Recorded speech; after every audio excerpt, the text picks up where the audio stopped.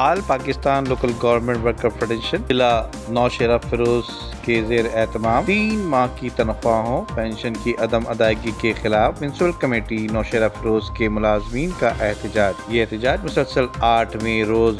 بھی جاری رہا، جبکہ آفس کے سامنے بھی احتجاج اور دھرنا کیا گیا۔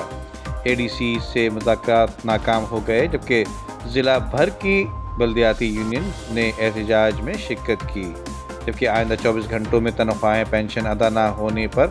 آل Pakistan local government workers federation نے صوبے بھر میں احتجاج کا دائرہ وسیع کرنے کا اعلان کر دیا، جبکہ all Pakistan local government workers federation Sindh ضلع نوشہرہ فیروز کے رہنماؤں نے تنخواہ اور آل پاکستان عدم کی ادائیگی کے خلاف مسلسل 8ویں روز میں داخل ہوا، جبکہ ضلع بھر کی بلدیاتی union council, municipal committee, Naushahro Feroz town committee, Bhiria town road, Bhiria city, جبکہ ٹاؤن کمیٹی سمیت کنڈیاروں نے کشن لال، راجہ نوید، تگڑ مولا بخش شیخ، منظور ملک، عمران راجپر، قمر منگی، ممتاز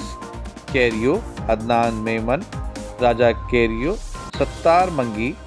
محبوب شیخ کی قیادت میں احتجاج میں شرکت کی۔ ندیم صدیقی، میٹرو 7 پاکستان۔